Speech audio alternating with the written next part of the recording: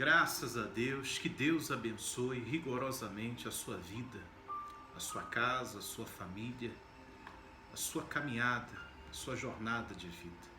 Eu queria que você já preparasse o seu copo com água, que após essa palavra nós vamos estar fazendo a oração e abençoando o copo com água em nome do Senhor Jesus.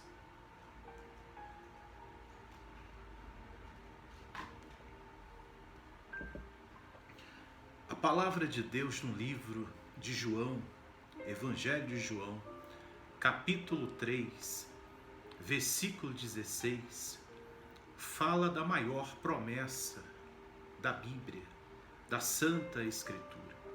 E por que é a maior promessa que existe na palavra de Deus? Porque fala da sua maior conquista, que é a vida eterna. A vida eterna é a sua maior conquista. A salvação da sua alma é a sua maior conquista. Assim como o nosso corpo se veste com essas vestes, assim também o nosso corpo se torna uma veste para a nossa alma. Dentro de cada um de nós existe uma alma. E o destino dessa alma, meu amigo, vai ser aquilo que você traçar para ela enquanto você estiver em vida. Então, enquanto você estiver com vida, é o momento sim de você se preocupar com a sua alma, com a sua salvação, com o destino da sua alma. O próprio Senhor Jesus, no livro de Marcos, capítulo 8, versículo 36, ele disse: que aproveita o homem ganhar o mundo inteiro e perder a sua alma. O Senhor Jesus falando para os discípulos. Que aproveita ao homem ganhar o mundo inteiro e perder a sua alma. Ou seja, do que adianta a pessoa conquistar na vida financeira, sentimental, familiar, até em relação à sua saúde, mas perder aquilo que é eterno. Porque se existe uma coisa que é eterna, se chama vida eterna, se chama a sua alma. Ele disse que aproveita o homem, Marcos 8,36, que aproveita o homem ganhar o mundo inteiro e perder a sua alma. Aí no versículo 37 ele diz assim: que daria um homem em troca de sua alma? Ou seja, a coisa mais importante que nós temos na nossa vida é a nossa salvação. No livro de João, capítulo 3, versículo 16, a maior promessa, como eu falei no início, diz assim: porque Deus, Ele amou ao mundo de tal maneira que deu o seu Filho unigênito. A Bíblia diz que Deus, Ele é amor ao mundo. O que é o amor? Amor não é qualquer sentimento. Amor é um sentimento de apreciação. E o amor que o Senhor Jesus, que o Deus Pai expressou por nós, e tem se expressado até hoje, não é um amor com palavras, mas é um amor com atitude, é um amor com ação. Porque as atitudes sempre falam mais alto do que as nossas palavras. As nossas atitudes, e a atitude de qualquer pessoa, sempre vai ter muito mais peso do que as nossas palavras. Então, quando Deus amou o mundo, Ele pegou o Filho dele, tirou da divindade lá em cima, fez descer à terra, encarnar no corpo humano. Você vê que Ele foi gerado no ventre de Maria pelo Espírito Santo. E ali Ele nasceu, ali Ele cresceu, ali Ele padeceu, sofreu por você, sofreu por mim. Né? Os chicotes que bateram no Senhor Jesus são os chicotes romanos, ou seja, chicotes que tinham pedaços de ossos, tinha bolinhas de ferro, de aço. Ou seja, quando os soldados romanos batiam nas costas do Senhor Jesus e puxavam, saía pedaços de carne para todos os lados. A coroa que ele levou sobre a sua cabeça não foi uma coroa de ouro, como os reis de Israel, rei Davi, rei Saul, não. A coroa que ele carregou por mim, por você, foi uma coroa de espinho. Uma coroa de espinho. Imagina botando aquela coroa na cabeça do nosso Senhor, aqueles espinhos entrando e o sangue caindo em seu rosto. O sangue caindo em seu rosto. O seu momento de dor, ele sentiu sede. E o que o soldado pegou e deu para ele? Uma esponja, meu amigo, cheia de vinagre. Ou seja, ele sofreu, ele foi traído por um dos seus melhores amigos, seus amigos mais íntimos, que foi Judas. Seu amigo Judas vendeu ele por 30 moedas de prata. Pedro, que andava com ele, comia na mesma mesa com ele, aproximadamente 3 anos e 6 meses, negou ele 3 vezes. 3 vezes antes que o galo cantasse, Pedro negou o Senhor Jesus. E ficou quantos, pastor? Ficou 10.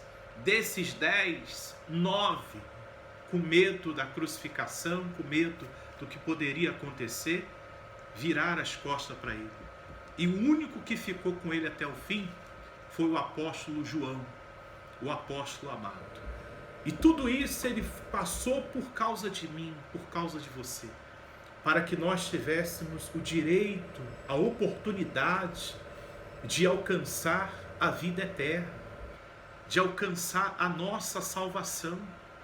O Senhor Jesus não foi para a cruz do Calvário para você conquistar, por exemplo, um carro novo, porque antes dele descer, as pessoas já tinham carruagem. Salomão, por exemplo, que veio bem antes, vendia carruagens. Não foi para, pastor, para mim ter uma cura no meu corpo físico, não. Porque muito antes já existia curas. Foi para abrir portas, não. Porque muito antes o Mar Vermelho se abriu, o Rio Jordão se abriu. Pastor, foi para mim casar? Também não. Porque muito antes já existiam os casamentos, já existia a família. Mas ele desceu, ele padeceu, ele foi para a cruz do Calvário para te dar vida eterna. Ele foi para a cruz do Calvário pagar um alto preço pela salvação da sua alma.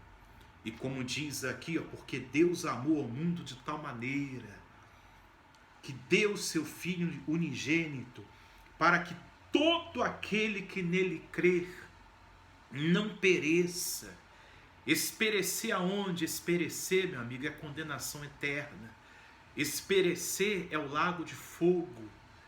Esperecer é a perca da nossa salvação. Esperecer é a nossa alma estar no lugar onde haverá choro e ranger de dente, como diz a própria palavra de Deus. Quer dizer, ele deu o seu Filho unigênito para que todo aquele que nele crer como? Com palavras? Não, crer com atitudes. Crer com atitudes. Porque a atitude sempre fala mais alto do que as palavras. Dizer a minha vida estar na mão de Deus é fácil. Mas o que Deus quer mesmo é que a gente age. Pega a nossa vida e coloca nas mãos dele. O mundo está cheio de pessoas falando, a minha vida está na mão de Deus. Mas muitos só têm falado, mas não têm feito isso. Não têm pegado a sua vida de fato e colocado nas mãos do Deus Altíssimo. Não têm feito para com Deus algo à altura daquilo que Ele fez com a gente. Porque quando Ele amou o mundo, Ele não amou com palavras. Ele pegou o Filho dele e deu por nós. Sacrificou por nós. Morreu e ressuscitou por nós. E como diz aqui no versículo 16 no final, para que não pereça, mas tenha a vida eterna. Ou seja, para que nós não pereçamos, mas alcançamos a vida eterna. Aí no versículo 17, em João 3,17, Evangelho de João capítulo 3, versículo 17, ele diz aqui, Porquanto Deus enviou o seu Filho ao mundo, não para que julgasse o mundo. Não para que julgasse o mundo. Pastor, Jesus não vai me julgar hoje? Não, julgamento é após a morte. E qual o plano dele para a minha vida hoje? Qual o propósito dele para a minha vida hoje, em vida, enquanto eu estou com vida? É de salvar a sua alma. É de salvar a sua alma. É de ganhar a sua alma. É despertar você, eu, né, em relação a esse mundo, que tudo é passageiro. Os sinais estão aí.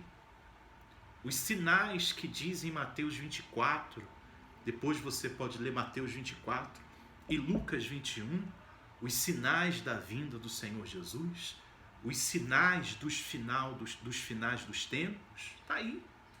Nação contra nação, fome para todos os lados, pandemias, doenças, o amor de muitos se esfriando, falsos profetas, ou seja, estão tudo aí os sinais. Os sinais estão aí. Então ele quer te julgar hoje? Não, o julgamento virá após a morte. Mas o que ele quer fazer comigo hoje? Está escrito aqui, ó. Não para que julgasse o mundo, mas para que o mundo fosse salvo. Salvo por ele. Por isso que antes de subir para a direita do Deus Pai, ele chamou os seus discípulos, apóstolos, e disse: ides e pregai o evangelho a toda criatura. Ides e pregai o evangelho. Ele não disse, olha, ides e julgai o mundo, não. Ele disse, ides e pregai o evangelho. E todo aquele que crer e for batizado, para que o batismo? Para a remissão dos nossos pecados. O que representa o batismo? O que significa o batismo? A morte de uma velha natureza e o nascimento de uma nova natureza. A morte de um velho homem e o renascimento de um novo homem. A morte de uma velha mulher e o nascimento de uma nova mulher. Porque a Bíblia diz que aqueles que estão em Cristo, nova criatura eles são. A morte, pastor, física não, a morte da velha natureza, daquela velha criatura e o nascimento de uma nova criatura. Ou seja, se antes a pessoa não perdoava como Jesus mandou perdoar, então depois que ela nasce de novo, ela vai perdoar. Se antes a pessoa não amava a Deus acima de todas as coisas e o próximo como a si mesmo, então depois ela começa a amar Deus, ela nasceu de novo, acima de todas as coisas, e o próximo como a si mesmo. Se antes a pessoa não orava, a pessoa não lutava com as armas da fé, as armas espirituais, pelo contrário, usava a força dos braços, depois que ela nasce de novo, ela começa a usar as armas da fé, as armas espirituais. Então o batismo simboliza e significa isso, a morte da velha criatura e o nascimento de uma nova criatura em Cristo Jesus. Por isso que diz aqui, ele não veio para que não para que julgasse o mundo, mas para que o mundo fosse salvo por ele. Fosse salvo por ele. Ele disse, Pedro, ele disse para João, disse para os apóstolos, os discípulos, ides e pregai, quem crer e for batizado vai ser salvo. Mas quem não crer será condenado. É uma escolha que você tem. É uma escolha que eu tenho. É um direito de escolha meu. Aceitar ou não Jesus Cristo como primeiro e único Salvador. É uma escolha minha. É uma escolha sua. Aceitar ou não Jesus Cristo, meu amigo, como a minha salvação. A minha salvação. É a nossa escolha cuidar da nossa alma e se preocupar com a nossa alma. E como diz aqui no versículo 18, quem nele crê, João 3,18 agora, quem nele crê não é julgado. Quem nele crê não é julgado. O que não crê já está julgado, ou seja, já está condenado. Já está julgado. Já está julgado. Porquanto não crê no nome do unigênito, Filho de Deus. Filho de Deus. Aí diz aqui no versículo 19: o julgamento é este, que a luz veio ao mundo. Que luz é essa, pastor? O Senhor Jesus. O Senhor Jesus é essa luz. Luz que veio ao mundo. E os homens amaram mais as trevas do que a luz. Mas como eu sei que os homens, ou até mesmo eu, você, nós temos amado mais as trevas do que a luz. É através de palavras? Não. Porque às vezes as palavras são até bonitas. Essa é a realidade. Tem pessoas que as palavras são até bonitas, mas as atitudes são desagradáveis a Deus. Não adianta as palavras serem bonitas e as atitudes serem desagradáveis a Deus. Não adianta. Nós não provamos ou mostramos que amamos a Deus só com palavras. Se você for observar, Judas, quando traiu Jesus, ele deu um beijo. Deu um beijo. O beijo da traição. Deu um abraço. Mas as atitudes dele eram de traição. Pedro, antes dele negar Jesus 3 vezes, ele disse: ainda que o mundo inteiro te negue, eu jamais vou te negar. E ele disse: se preciso for, eu morro por causa do Senhor. Morro com o Senhor. Mas algumas horas depois, as atitudes dele foi outra. Ele negou Jesus 3 vezes. 3 vezes. Então nós temos que aprender a valorizar sempre mais as atitudes do que as palavras. As palavras são uma bênção, mas ela tem que ser acompanhada de atitudes. Por isso que Jesus disse: vigiai e orai. Ou seja, você tem que vigiar e orar. Por quê? Porque as atitudes têm que caminhar junto com as palavras. Se você pegar a palavra oração e dividir em sílabas, você vai observar que está escrito orar e está escrito do outro lado ação. Pega a palavra oração e divide em sílabas. Você vai observar que está escrito orar, mas também está escrito ação. Ou seja, existe o tempo de você orar, de você falar, mas existe o tempo também de você agir a sua fé, obedecer, praticar a palavra de Deus. E como diz aqui no versículo 19, o julgamento é este, que a luz veio ao mundo, e os homens amaram mais as trevas do que a luz, porque as suas obras, não está dizendo as suas palavras, em João 3,19, está dizendo as suas obras. Poderia estar dizendo aqui as suas palavras, mas não está dizendo as suas palavras, está dizendo as suas obras, porque as suas obras eram mais. As suas obras eram mais. E as palavras, às vezes até bonita, mas as obras eram mais.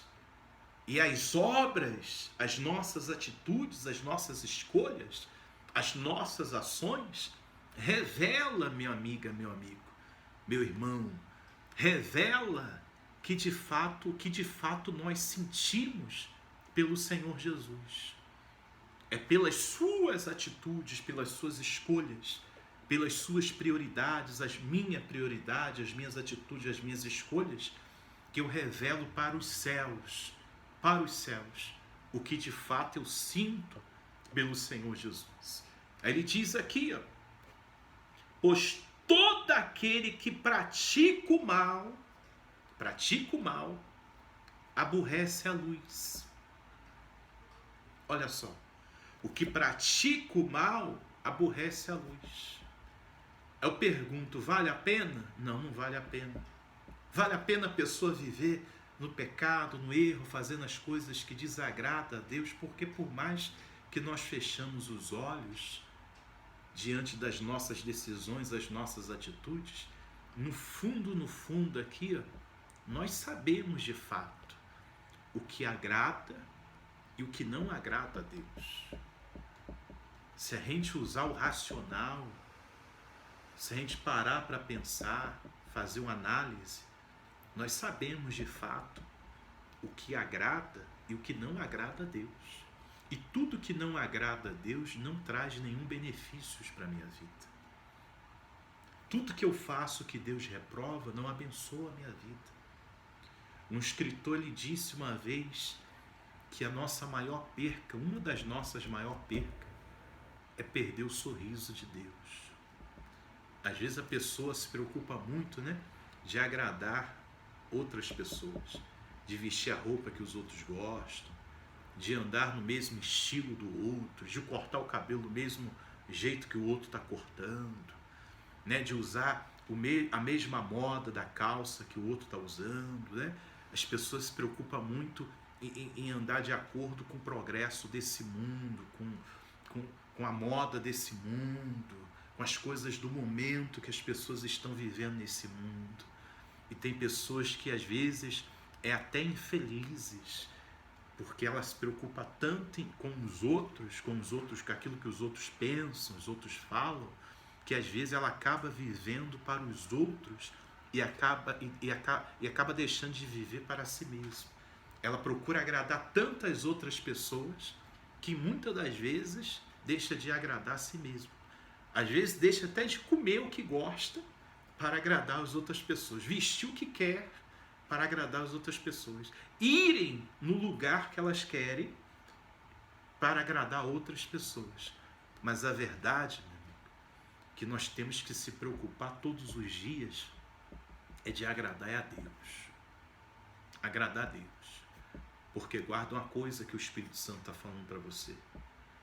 Ainda que você desagrade o mundo inteiro, se você agradar a Deus, a sua vida vai ser uma bênção. A sua vida vai ser uma bênção. Josué disse para o povo: santificai-vos hoje, e amanhã o Senhor fará maravilhas. A Bíblia diz: a alegria do Senhor é a nossa força. Caleb e Josué, quando voltaram de espiar a terra prometida, disse para o povo: se o Senhor se agradar de nós, entraremos na terra prometida. Ou seja, o segredo da vitória, da conquista, o segredo da vitória, da conquista, é 3 coisas. Primeiro, você ter uma aliança com Deus, agradar a Deus. Segundo, você viver pela fé. Terceiro, você ter constância em tudo que você faz. Você fazer, como dizia Salomão, com todas as suas forças. Se você agrada os céus vão te abençoar. Deus dos céus vai te abençoar.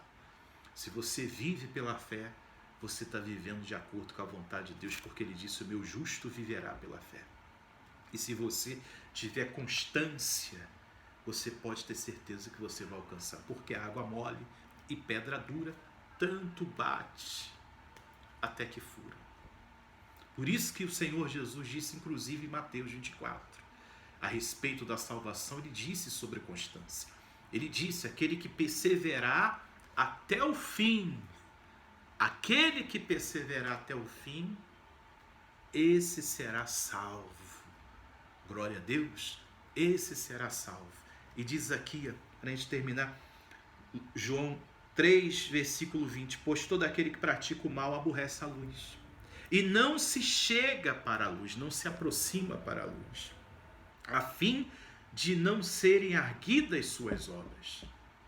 Quem pratica a verdade aproxima-se da luz, da luz, a fim de que as suas obras sejam manifestas, porque feitas em Deus.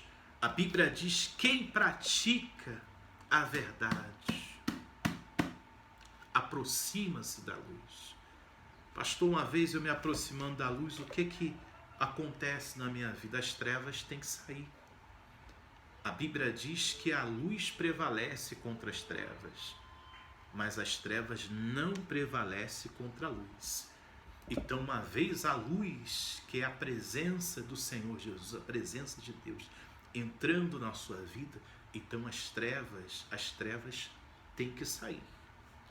Por isso que a sua jornada se aperfeiçoa, as suas veredas começam a se endireitar.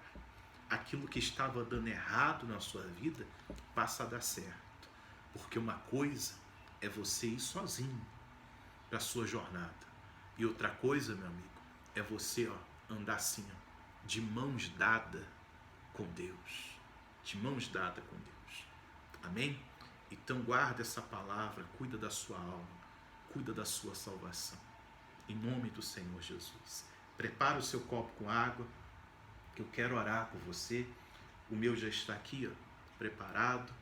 Nós vamos pedir ao Senhor Jesus que venha abençoar esse elemento sagrado. Você sabe que através desse elemento Deus fez no passado e continua fazendo hoje muitos sinais, maravilhas. Não é verdade? Tudo através da nossa fé. O próprio Senhor Jesus disse que tudo seria possível para aquele que crê. E se você for observar os milagres que ele fez, ele sempre usou a fé, sempre falou da fé, sempre disse: a tua fé te salvou, vai e seja feito conforme a sua fé. Nem Israel viu tamanha fé, não é verdade? Ou seja, tudo é possível quando você crê, em nome do Senhor Jesus. Preparou o seu copo com água? Momento de falar com o nosso Deus, em nome do Senhor Jesus. Senhor nosso Deus e nosso poderoso Pai, glorioso, soberano, magnífico, como Pedro disse uma vez para o Senhor: meu Deus, para onde nós iremos? Que só o Senhor tem a palavra de vida eterna. Quando falamos de vida eterna, falamos da salvação da nossa alma, meu Deus. Falamos da coisa mais importante na nossa vida. Porque como diz a tua palavra, meu Pai, no livro de Marcos, capítulo 8, versículo 36, que aproveita o homem ganhar o mundo inteiro e perder a sua alma. E como diz no 37, o que daria o homem pela sua alma? Meu Deus, a salvação da nossa alma é a coisa mais importante que nós temos. Meu Pai, toca, meu Deus, nessa pessoa que às vezes está fraca espiritualmente falando, às vezes está, meu Deus, dias sem orar, pessoas às vezes que está se esfriando, meu Deus. Ó Espírito Santo, quando o Senhor fala da ceia, o Senhor fala o cálice da nova aliança. Meu Deus, é preciso a gente renovar nossa aliança com o Senhor. É preciso a gente fortalecer essa aliança. É preciso, meu Deus, nós fazermos que a gente ainda não tivermos essa aliança contigo. Porque quando nós somos fortes na comunhão com o Senhor, meu Deus, nós somos fortes em tudo. Em tudo. Então te peço, abençoa, meu Deus, esse copo com água, essa garrafa com água. Meu Deus, quando essa pessoa ou familiar dessa pessoa beber dessa água, que haja cura, que haja libertação, que haja, meu Pai, um renovo espiritual no interior dessa pessoa, uma paz de espírito, uma alegria de espírito, uma paz que só os céus podem nos dar. Eu te peço isso em nome do Pai, do Filho e do Espírito Santo. Você que crê, diga assim seja. Amém. Amém? Beba desse copo com água, em nome de Jesus.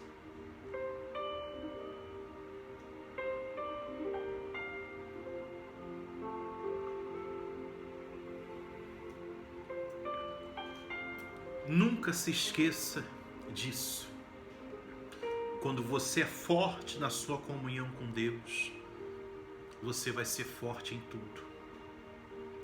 Mas se você estiver fraco na sua comunhão com Deus, você vai ser fraco também em tudo. Seja forte na sua comunhão com Deus. Que Deus abençoe rigorosamente a sua vida. Te abençoe e te guarde. Faça a luz do teu rosto resplandecer sobre ti. E que sobre ti o Senhor levante teu rosto e lhe dê a paz. Hoje, amanhã e para todo sempre. Você que crê, diga assim seja. Amém. Um grande abraço e até a próxima. Compartilha esse vídeo. Dá o like, aperta o joinha, dá o like. Se você ainda não é inscrito nesse canal, se inscreva nesse canal e receba sempre uma mensagem a respeito da palavra de Deus para a sua vida. Um forte abraço e até a próxima em nome de Jesus. Não deixe de se inscrever e de dar o like nesse canal em nome de Jesus. Deus abençoe.